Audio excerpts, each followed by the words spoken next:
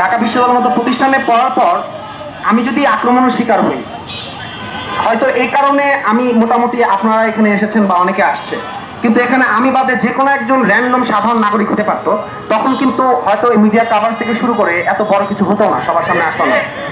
আমার মাথায় আঘাত করা হয়েছে, আমার পায়ে আঘাত করা হয়েছে, হাতে আঘাত করা হয়েছে। আমি ঢাকা মেডিকেলে আমি এটার যে চিকিৎসা সেটাও নিয়েছি। আপনি যদি দেখেন আমার মাথার এই পাশটাতে একটা বাড়ি দেওয়া হয়েছে।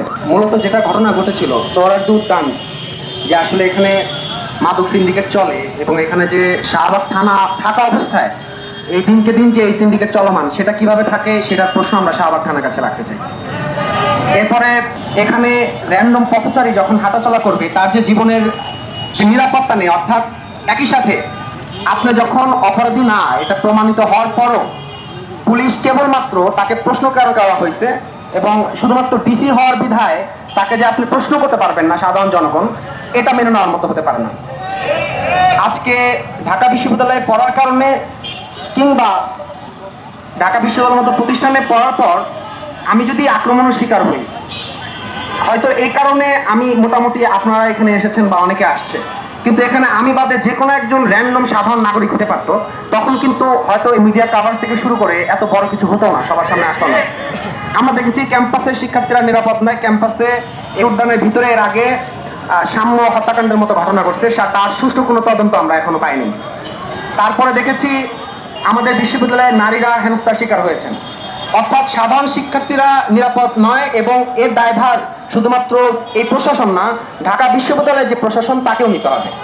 কারণ এই প্রশাসনও এই ঢাকা বিশ্ববিদ্যালয়ের শিক্ষার্থীদের যে নিরাপত্তা সেটা নিশ্চিত করতে তারা ব্যর্থ।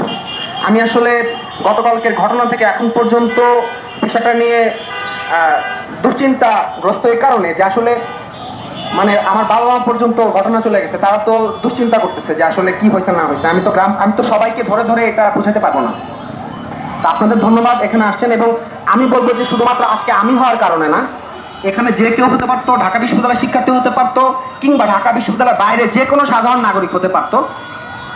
পুলিশের কোনো এখতিয়ার নাই যে কেউ যদি অপরাধী হয়ে থাকে তাকে আইনি প্রক্রিয়ায় আপনি বিচার করতেই পারেন, কিন্তু আপনি নিরপরাধ কিছু পায় নাই এরপরে আপনাকে এইভাবে হেনস্থা করে, এবং যখন আপনি দেখতেছেন আপনার কাছে কিছু নাই এবং পুরোপুরি আপনি নিরাপদ, এরপরে কিন্তু গায়ে হাত তোলা হয়েছে।